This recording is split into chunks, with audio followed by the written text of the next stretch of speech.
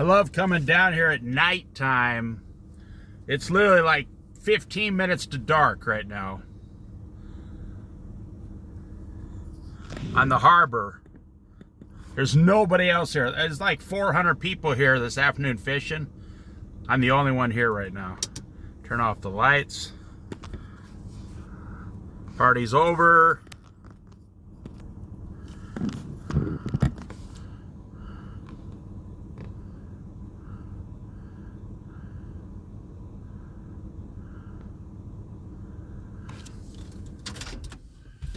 Turn off the car. I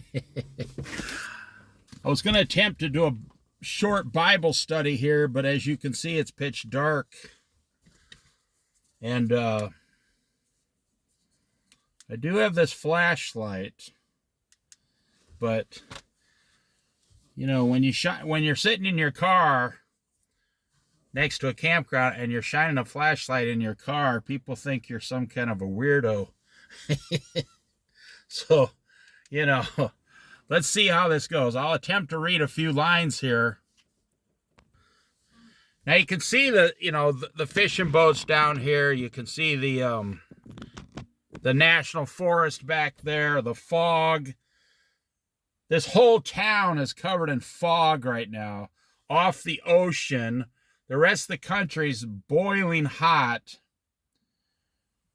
It's probably 56 degrees out here right now. Nothing. I love it. I love throwing on a sweatshirt.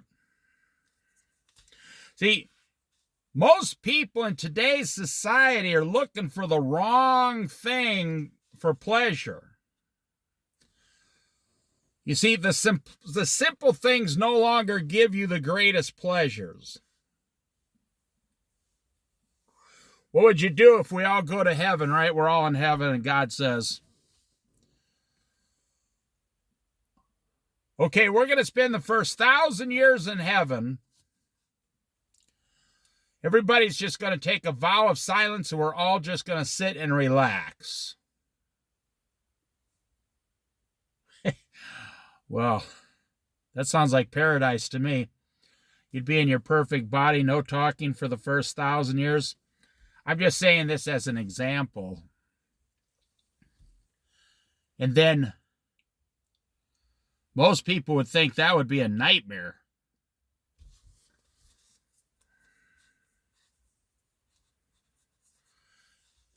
If you know you're going to heaven because you're saved, through faith in Jesus Christ, you might as well start practicing now, man. Seriously, that's the way I look at it. You might as well start practicing right now. But most people, because we got this computer technology society, most people are like,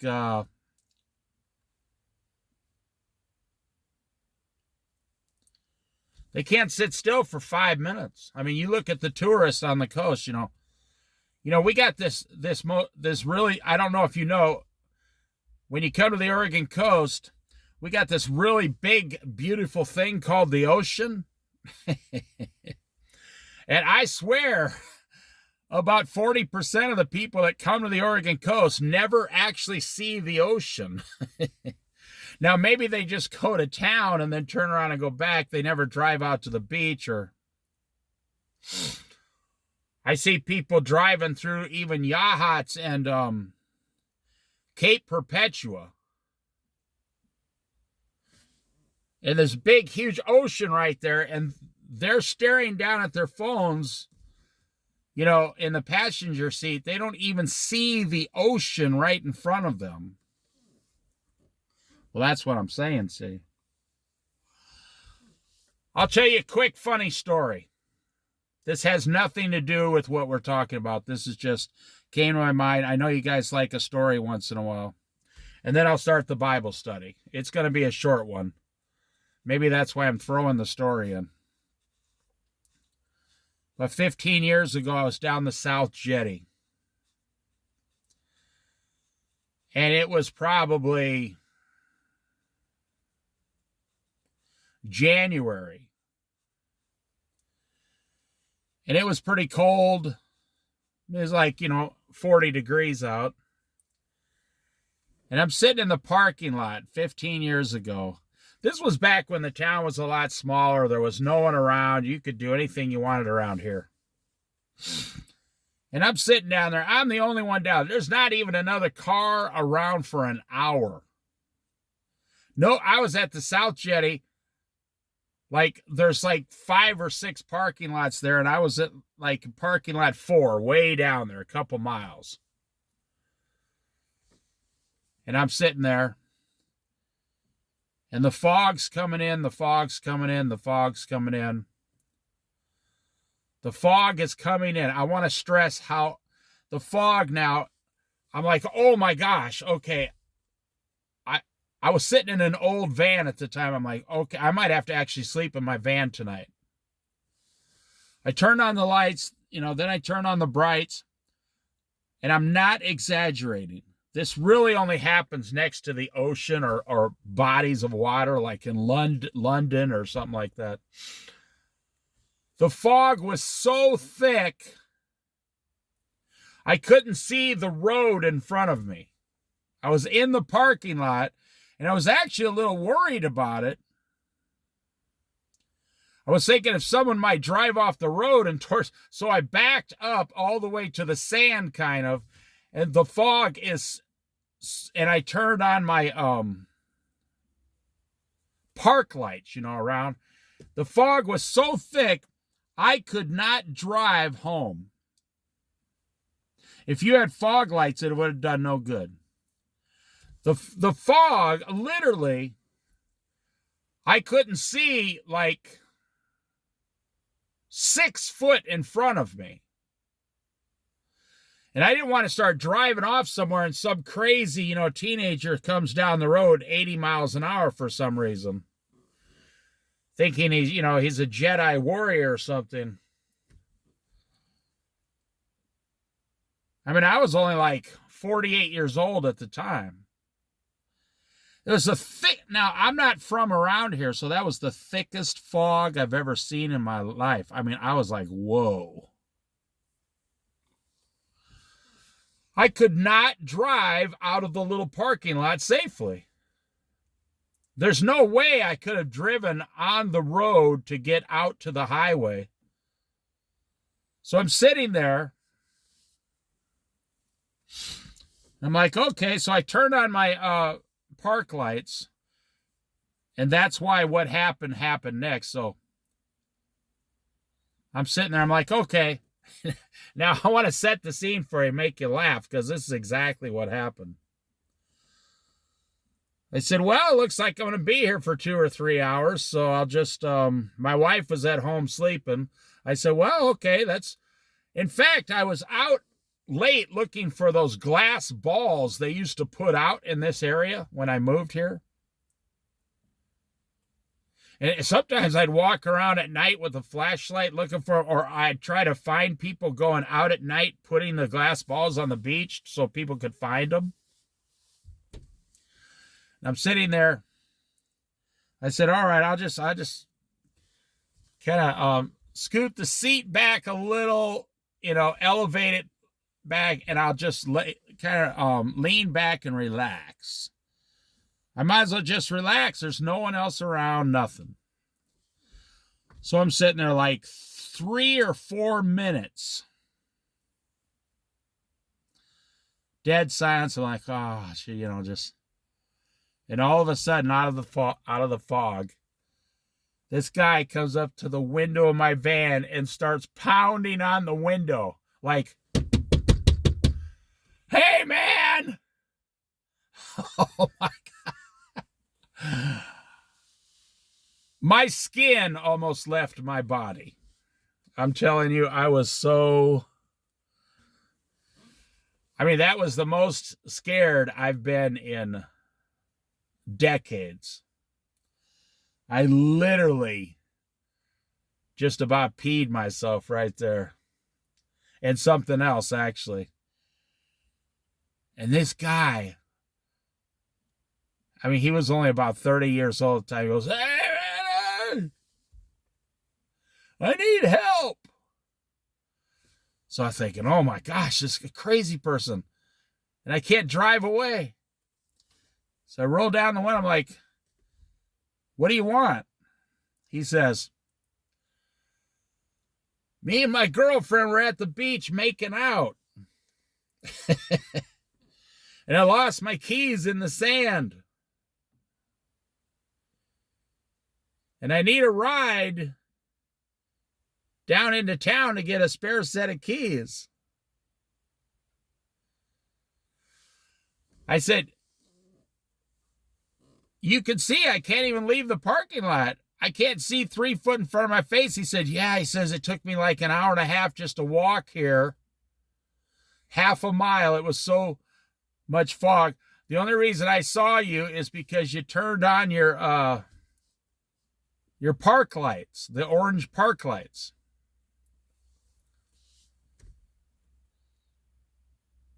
I said, if you want to wait around a couple hours till the fog lifts, I'll be happy to give you a ride, but I'm not going to drive away right now.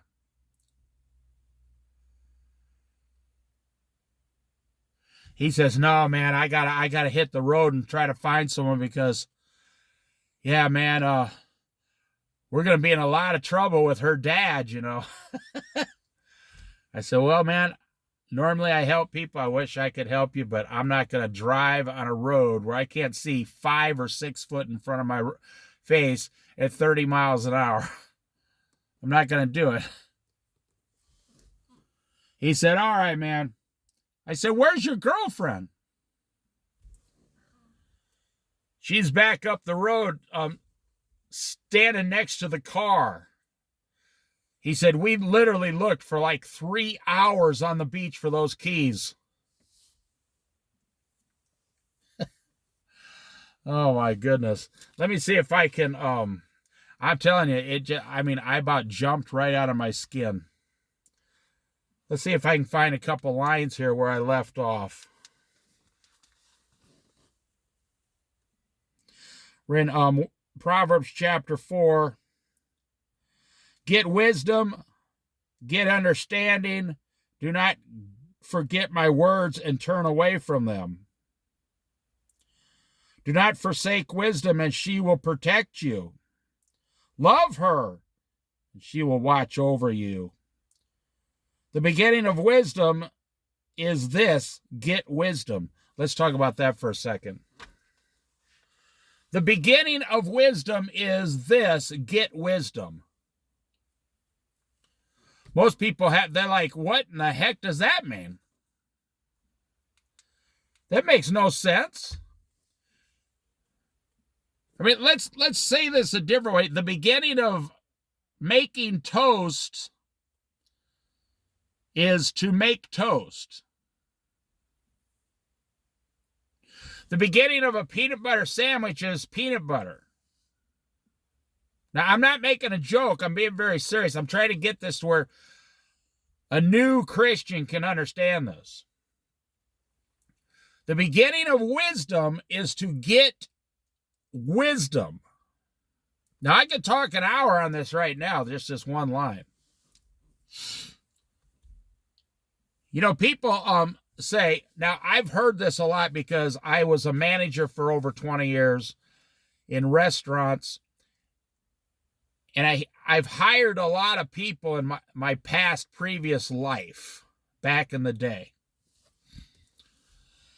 And I hear the same thing by anyone under like 35 years old. Now, I'm not talking about young people today. I'm talking about back then, too, in the 1980s, 90s. They say, I don't know what to do in life. And the answer is, I say, do you want the answer? They say, yeah. I say, do something, anything. The beginning of wisdom is to get wisdom. Now, that's what I tell those people. The beginning of finding out what you want to do in life is to do something, anything. My mother explained this to me when I was young. She said, when you go to apply at a job, take any job they offer you. Then once you're there and you're punching in and out of the time clock, and then you'll soon become one of the best employees, and they'll move you around or move you up to better jobs in a short time. If they say we can only hire you part-time, take the job immediately, because when they find out what a hard worker you are, they'll put you on full-time right away. And, you know, people say, oh, I don't know what kind of job I want to apply at. Any job making any amount of money is better than no job making no money. I can always tell a person who wants to be rich. And by the way, Dave Ramsey talks about this all the time, but I didn't hear it from him. I just heard this from personal experience in life, watching people over my management years. I always know the person who actually wants to be rich and who actually will become rich. That person never spends money. Ever. You say to someone, how'd you become so wealthy so fast? A lot of people say, well, I started making $100,000 a year and I lived on $15,000 a year and I saved $85,000 a year. I did that for 7 years and I had $900,000 in the bank with interest. It's like, you came up with $900,000 in 7 years? Well, with interest, yes, they do. And, I mean, they're saving $90,000 a year, so I can always tell the person who says, I wish I was rich, but then they go and take their money and buy an $80,000 truck. Now, a person who actually wants to be rich would never do that. He would never do that. My uncle was a multimillionaire who owned several dozen apartments. And he started out as a barber. He went to the Air Force, and then he became a barber, opened his own barber shop. He didn't work for someone. And he took his barber shop money. His wife never worked. He took and he had 4 children, and he became a multimillionaire. And he took all the profits from his barber shop money and bought apartments and started renting them out. And he did all the work himself: plumbing, electrical, the yards, the paneling, anything. Now, back then, you could buy a real nice place for like $60,000 and start renting it out for $700 a month. And he did this for 50 years. And he died at like age 90. That's a person who wants to be rich. People who want to be rich, now we're talking about wisdom, so hang on. People who want to be rich never, ever spend money on a car payment, ever. You know, like Dave Ramsey talks about, how many of his millionaire friends drive $10,000 used cars? Because they don't want the money to be wasted on payments. See, rich people would never, ever, ever, ever make payments to anyone. You say, well, what about those apartments? They don't make the payments. They rent the apartments out, they get the money and pay the bank. And then they get credit for the payment and all the profit. They don't make the payments themselves. So it's kind of dark here, so I'm just going to talk on this one thing and tell you how to get wisdom. And the way I'm explaining it is really simple, but yet profound, so just listen. A rich person would never spend $50,000 on a car, even if they had cash. Now, maybe when they get older and they want, they want a sports car, they'll spend $100,000, sure, but that's when they're completely set up and they got all their money. They're over 55 years old. Rich people, multimillionaires, drive $10,000 cars that they pay cash for. So I know a guy on the Oregon coast who is worth several $1 million. I'm not sure exactly how much. If he said he was worth $20 million, it wouldn't surprise me.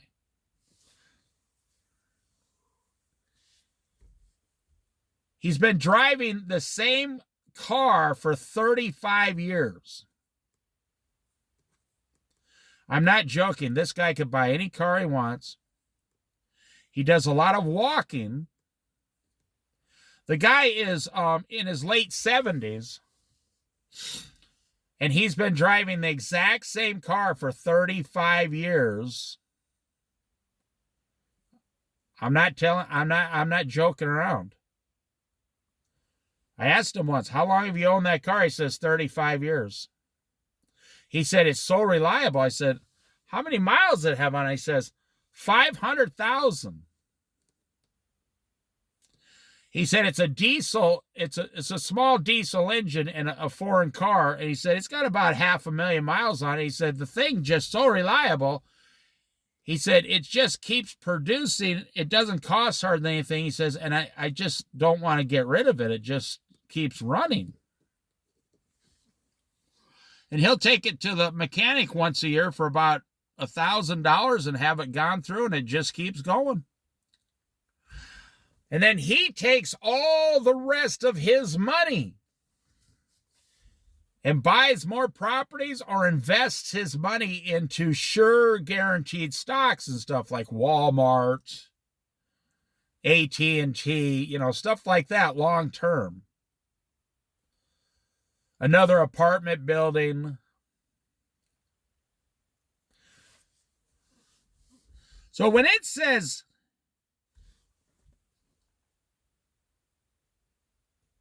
the secret to getting wisdom is to get wisdom. Do you understand? See, if you really want to be rich, you would never watch TV. Rich people don't watch TV. I mean, people in the process of becoming rich, they don't watch TV. They think it's a waste of time. They don't look at the internet. It's a waste of time. They don't listen to the news unless it's the financial news. They do all their own homework on the next stock they're going to invest in. Do you think Warren Buffett is at home right now watching, Days of Our Lives, on TV? So I can always tell who is serious and who is just a mouthpiece. Who just talks about it and who actually desires it. Okay, now let's take that to wisdom. God can always tell who really wants wisdom and who just wishes they had it.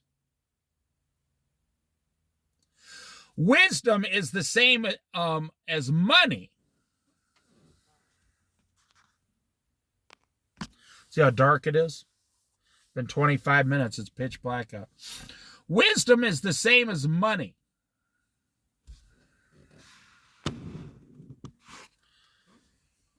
You see, people who desire money never spend it. I mean, they get money and they keep it. When they get a certain amount, they invest it into something that's going to grow. People who do this, their money doubles about every 5 years. People are, I was amazed my whole life when,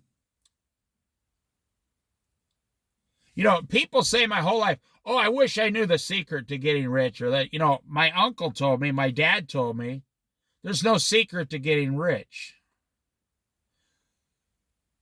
Work 2 jobs and never give any of your money away, and you'll be rich. Oh, I wish I knew which stock to buy that'd make me rich. Everybody's trying to invest in a cryptocurrency, thinking they're going to get rich. That's not the secret to getting rich. The secret to getting rich is working 2 jobs, bringing home $70,000 a year, and saving $50,000 a year. That's the secret of getting rich. It's no secret. Hey, how'd you get so wealthy? The guy says, I worked my ass off. I worked my butt off for 30 years. And now I'm a multimillionaire. That's how you get rich. Okay, let's take that same principle to wisdom. How do you gain wisdom? The Bible just told us, chapter 4. The secret to wisdom is to get wisdom. It's too simple. It's so simple, it's profound.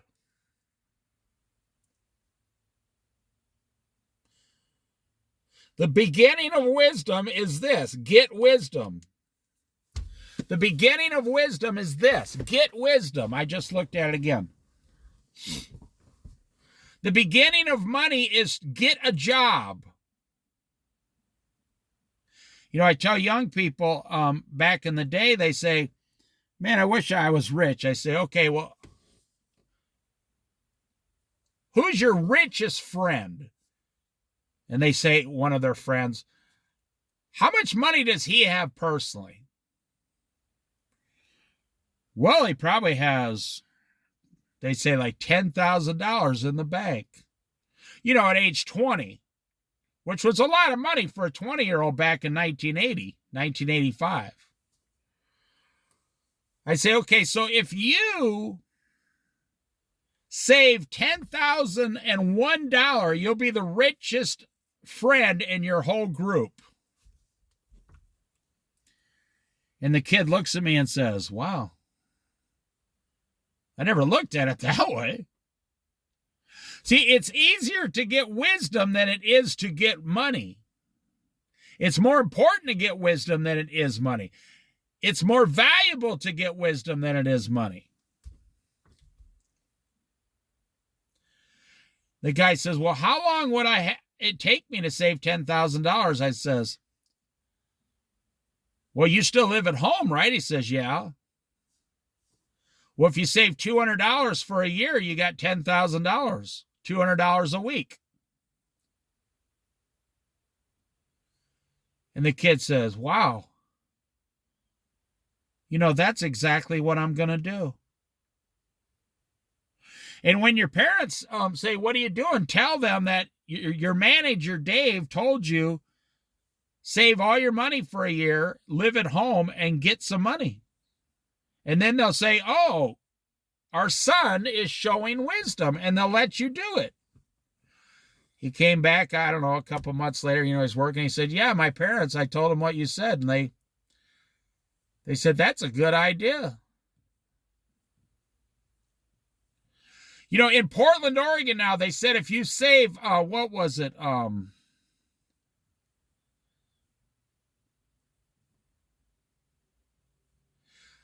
It was like $70 a day. It'd take you several years just to come up with $100,000 for the down payment on a house in Portland at $450,000. I'm like, what the heck? People who want to get rich don't think that way.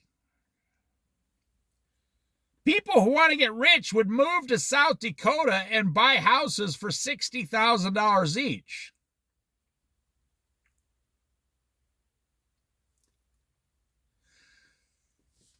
So now let me take this a step further. I can always tell who actually wants to get rich and who actually just wishes, upon a star. Oh, I wish upon a star. I wish I was rich and I didn't have to do anything to get it. Yeah.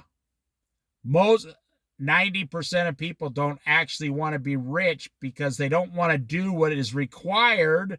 Now, we're slipping into this wisdom thing here. You don't want to do what's required to get rich.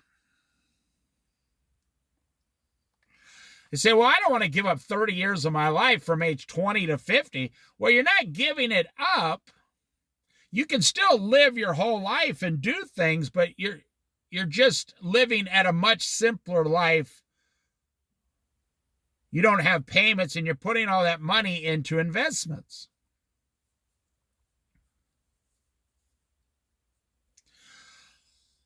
%90 of every person I know gives their money away. Most people don't cook at home. They go out to eat. Most people spend $300-400 a month on fast food and $1,000 a month on groceries. For a family of 4, you could easily cut that in half to $700 a month cooking all at home, and you would have $700 a month extra. But then the average person says, well, yeah, I could use that extra $700 to buy a brand new car. I say, well, then you don't want to get rich. You want to go into debt. Okay, let's jump over to wisdom now. We'll end this Bible study in a few minutes. You don't want wisdom. Just like I, a person, can see because I worked in financial things in businesses. I mean, believe me, I worked for people who worked for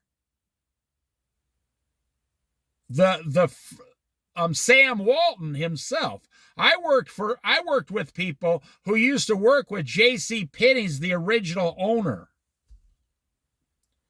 So I'm 20 years old and they're 60 years old. They used to work with the owner of J.C. Penney's, the guy who started it out of a covered wagon back in like 1910. And then when they went into the business in the 1940s, they used to work with him. And then they taught me all this stuff. And then they would be 60 years old in 1982 or whatever, and I'd only be 20, and they were teaching me all this stuff. And I'm telling you the difference. The difference, now you older people can testify to what I'm saying. The difference in work ethic from the people 60 years ago compared to the work ethic of business owners today, it's not even a contest. I'm telling you, I worked with men who would make women cry if the sales were not what was projected.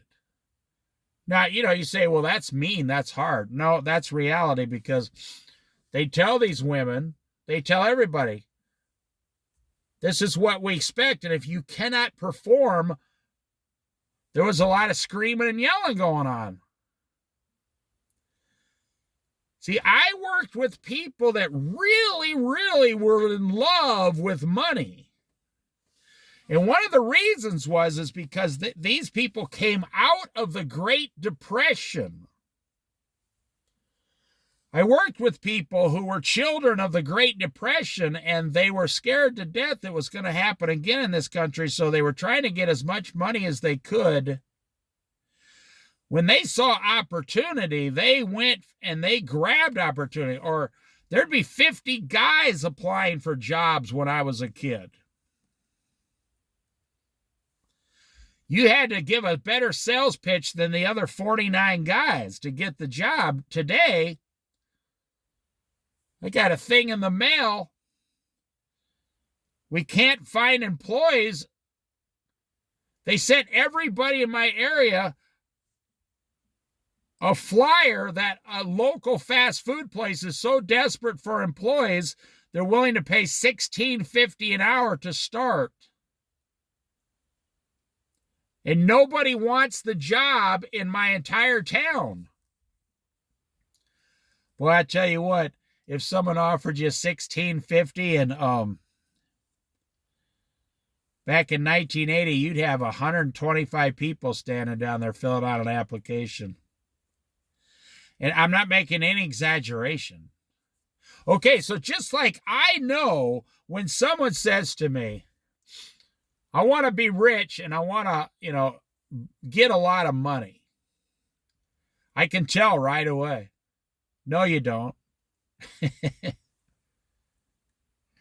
I have people tell me they want a lot of money. I say, well, what are you doing right now? They say, oh, I don't even have a job right now. And I say, you don't have a job? Well, that's the first step to getting rich. You have to first get money and invest it. And I hear the young people today, unfortunately, they've never been trained or taught any different. They say, no. I'm going to make my money online just by recommending products on, Amazon or Google or something. I'm going to become rich. 1 out of every 10,000 people do well at that. The other 9,999 do not do well. You lose money. I've seen all the scams. Okay, so let's go to God and you and wisdom, because we're talking about the Bible. God knows who wants wisdom and who doesn't. You get down on your knees. Let's say 100 men get down on their knees. Pray. They're all praying to God. They're all praying to the same God, let's say. They're all saved. Let's say, and every one of them says, Lord, could you give me wisdom, more wisdom? And the Lord says yes to all 100.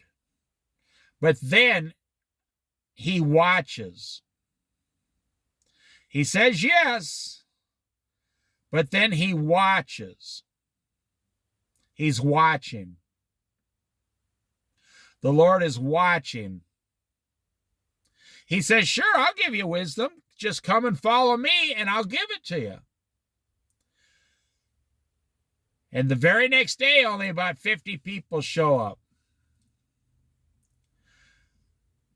Then the very week after that, only about 25 show up.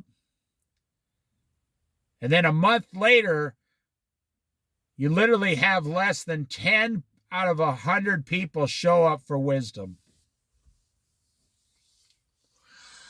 Then a little while down the road, you only have about 5% of the population that reads their Bible every day, a minimum of 30 minutes a day for 7 days a week.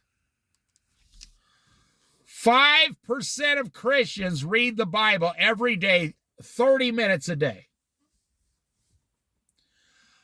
So, what does God say? Oh, it's only been a short time, and I can see that only 5 of these people came back after a month to get more wisdom. So who's going to receive the wisdom?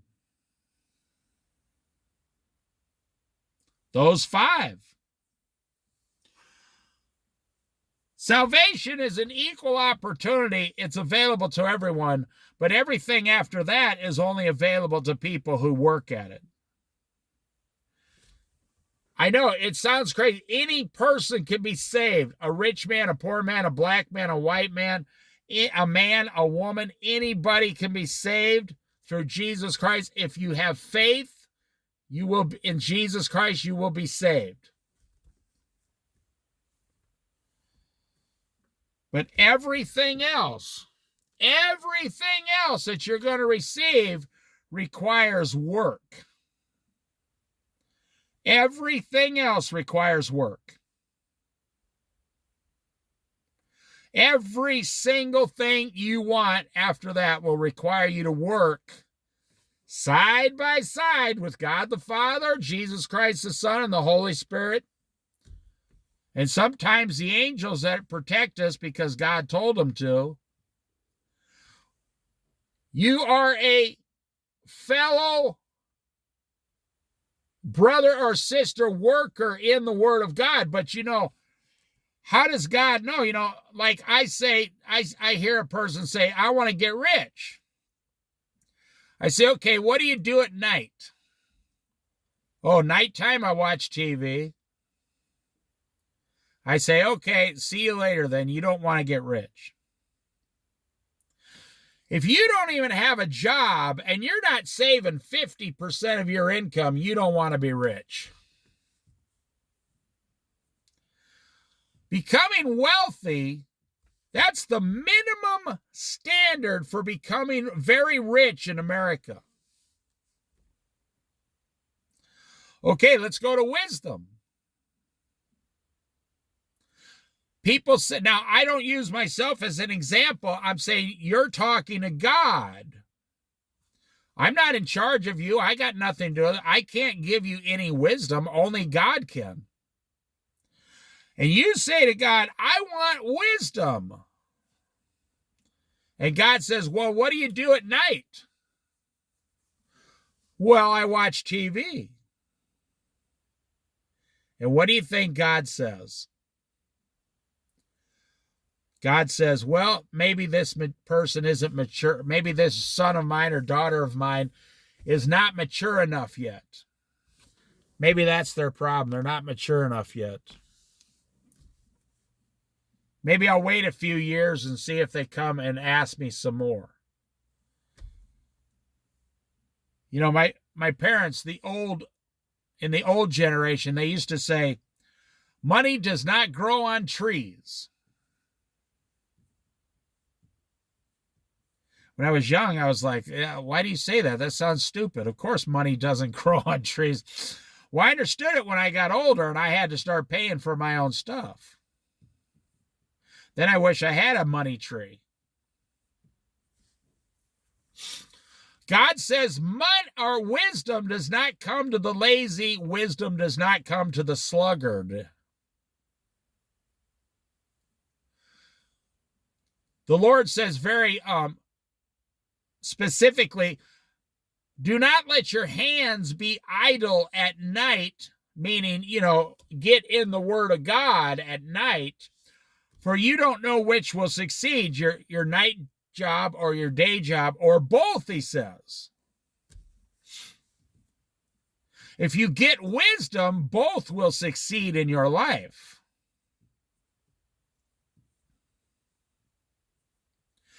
Joseph in the Bible, when he was working for his first person, he went down and they says, you know how to read. They were building things. They said, you know how to read these things? He said, yes, I read and write and I speak 3 or 4 languages. They said, oh, an educated man. Where'd you get your education? He says, I was an Israelite Jew. I'm very educated. Instant promotion. Boom, just like that. They said, okay, you're in charge of this whole project. Then they let him do a few things, and they saw this guy knows exactly what he's doing.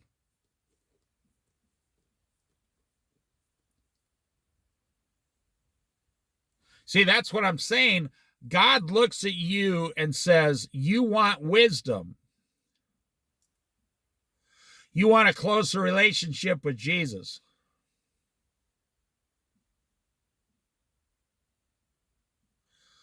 So what are you doing at night?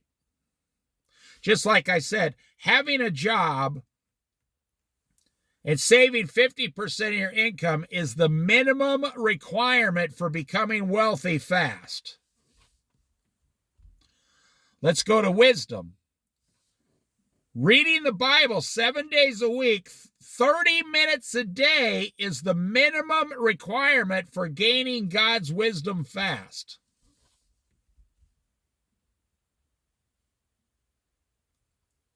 See, we have a problem in America as Christians. Well, I worked a whole 8 hours today. This is my time at night. I deserve a little bit of rest and relaxation. Well, maybe you do, but then you're not going to gain wisdom fast. I mean, you can do any damn thing you want in this world if you don't want very much.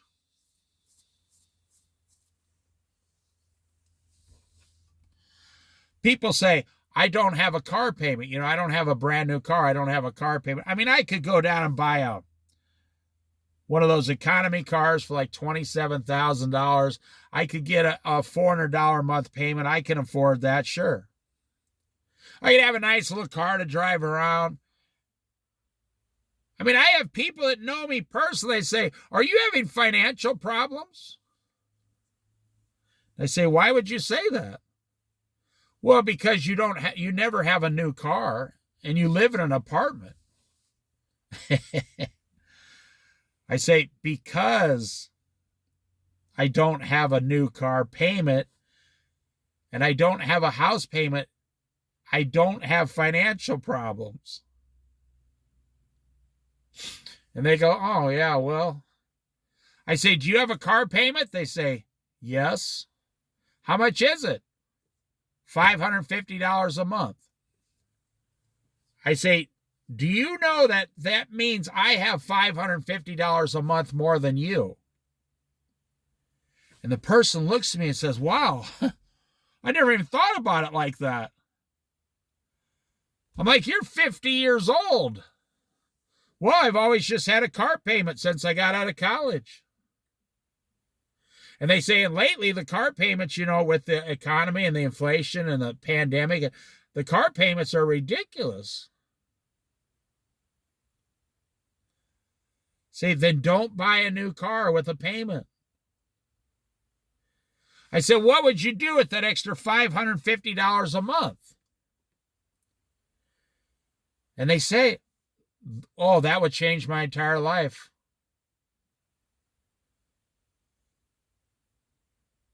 And they say, you mean you're doing better than I am because you don't have a house payment or a car payment? And this particular person, I know them. They said, because they bought their house later in life. They said, well, we're trying to pay off our house by age 65 years old so we can retire at age 65 with no house payment.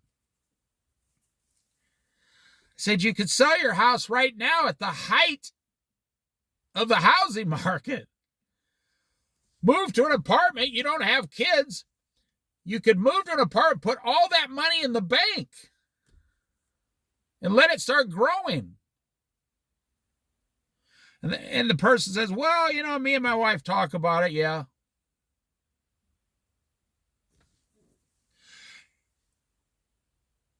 Now they say, well, they make like 50% more than I do.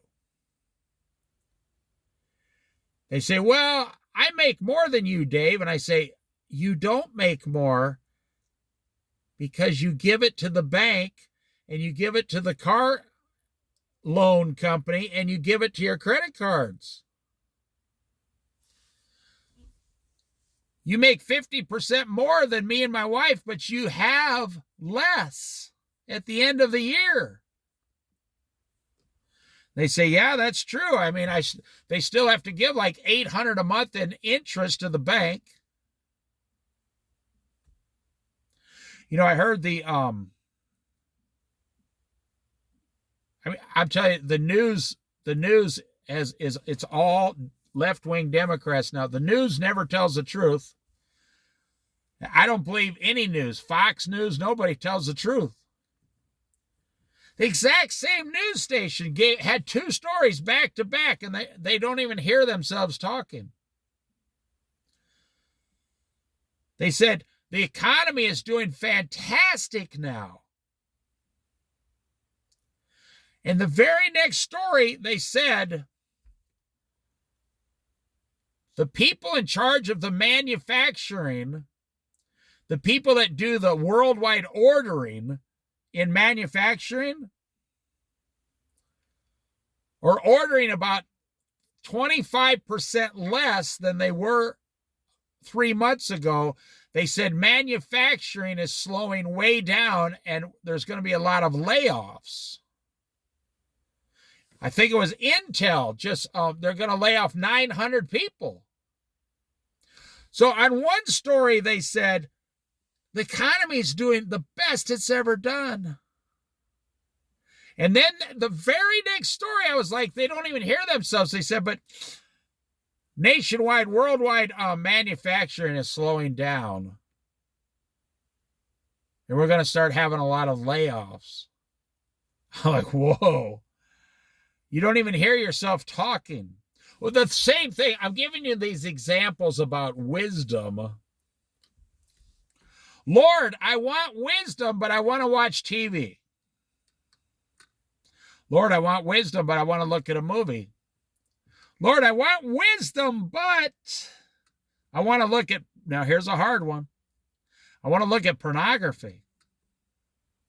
I want to drink beer and get drunk. Lord, I want more wisdom, but I'm going to spend time with my friends in a boat this weekend. We're going to spend $600, all of us together, trying to catch some fish that we could buy at the Walmart fish market for like $60.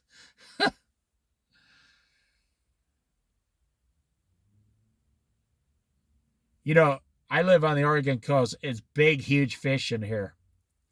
And there are guys, well, I see them so pissed off. Those boats only get like 3 miles to the gallon.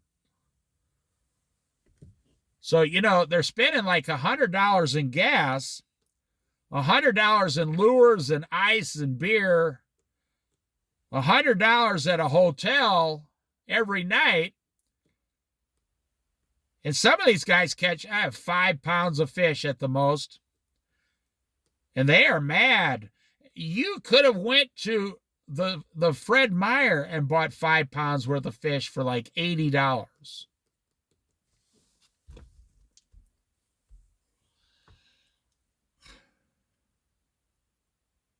So when you say to God, I want more wisdom,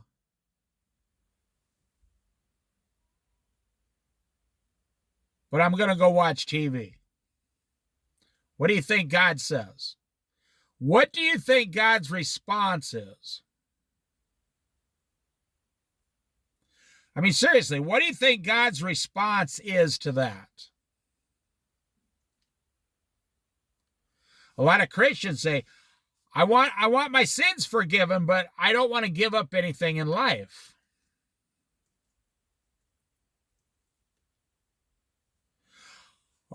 I want a lot of money, but I don't even want to get a job. It's so self-explanatory. You're not going to get anything. Having a job is the minimum requirement to survive in America.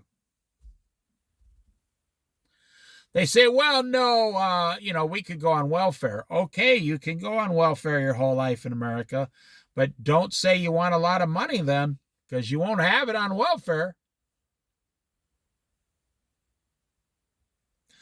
I want a college degree, but I don't want to study the books they give me.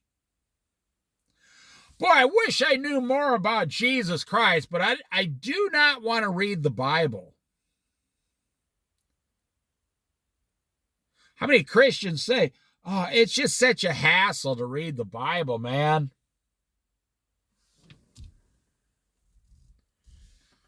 You're telling me it's a hassle to read the instructions that God gave you about God and Jesus and the Holy Spirit and how to live?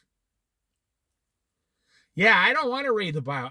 People make excuses. I don't understand it very well. I hear countless ministers on the radio tell the people in their church, you can't just come to church and listen to the preacher and then ignore God the rest of the week. It's not going to work.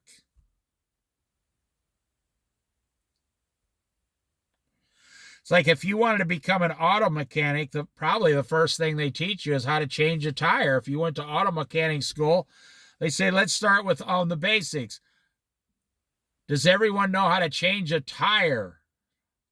They're not going to tell you how to overhaul an engine before you know how to change a tire. God's not going to give you the keys to the kingdom of heaven if you read the Bible 15 minutes a week. No, that's like you in the middle of the ocean with a life preserver on. You're barely staying afloat.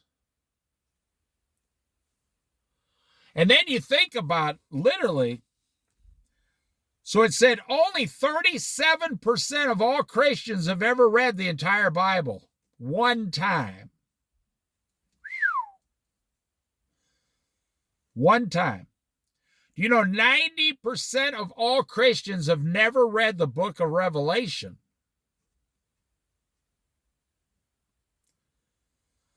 So 62% of Christians have never read the entire Bible.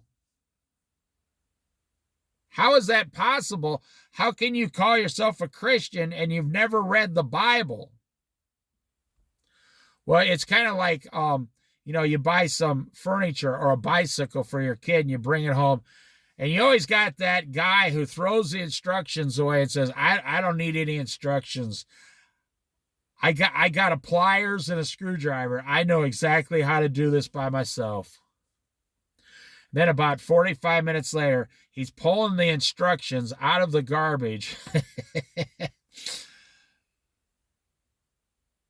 It would have been so much easier just to look at the instructions and get a basic layout of how you're going to do this. The same things with the Bible. The same thing is with getting rich. And I'll tell you what, if you're not married, you want to get married, the same thing works with marriage. If you're saying to yourself, boy, I sure wish I could get married to a nice girl or a nice guy.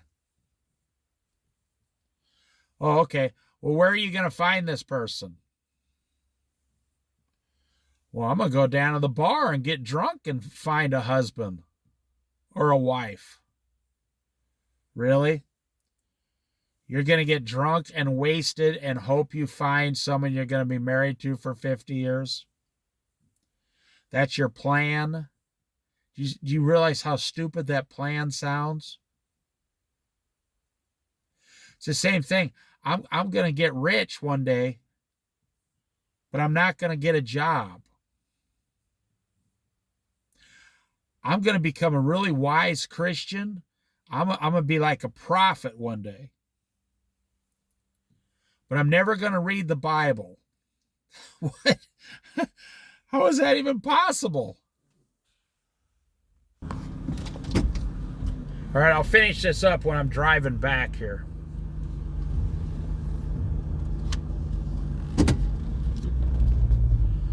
I mean, do you realize what you're saying, what you sound like to God?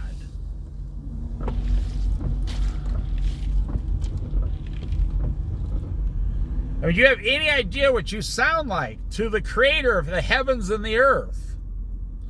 I want wisdom.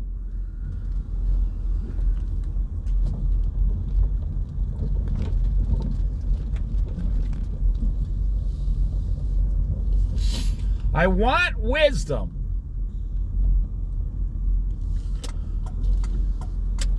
But I'm going to try to get it watching TV, looking at the internet, and drinking beer.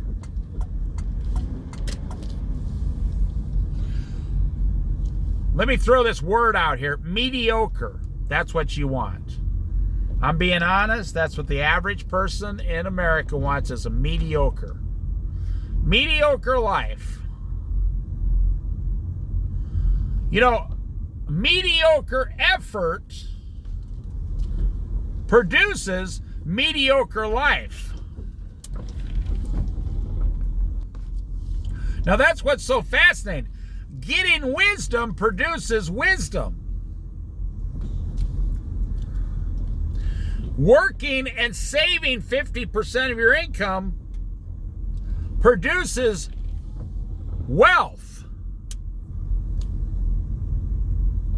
See, what you're trying to do is break the law of physics. You're trying to break the laws that God set into place. You're trying to come up with something that's not even physically possible in this current world.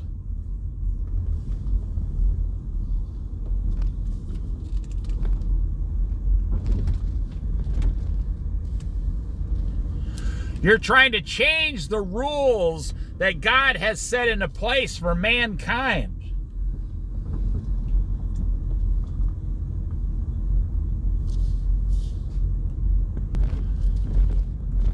And it won't work. That's why you're always living in these mediocre, half results. It's so foggy here, it keeps making things wet. See, there are people out here on the sidewalk tonight, sitting there drinking beers.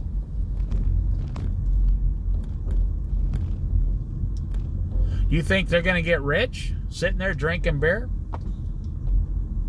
You think they're going to get wisdom from God sitting there drinking beer? I'm not judging them personally.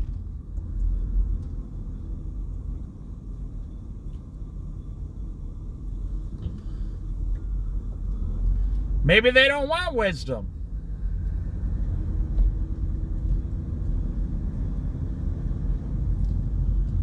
Maybe they just want to sit around drinking beer. Maybe they don't want to be a Christian.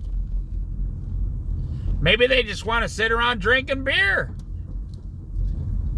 Not everybody wants Jesus Christ. Not everybody is going to follow Jesus Christ. Only about 40%, 45% of people in America now follow Jesus Christ.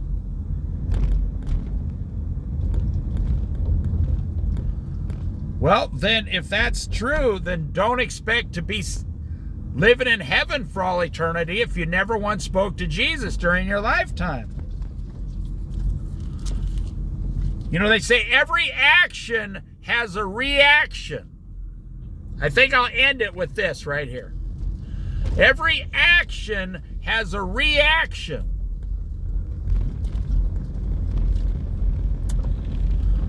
Laziness produces a reaction of nothingness.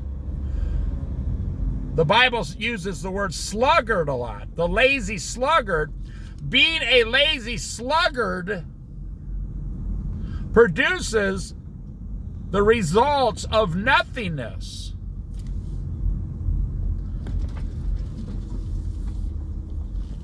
You ask a homeless person, what'd you do today? And they say, nothing.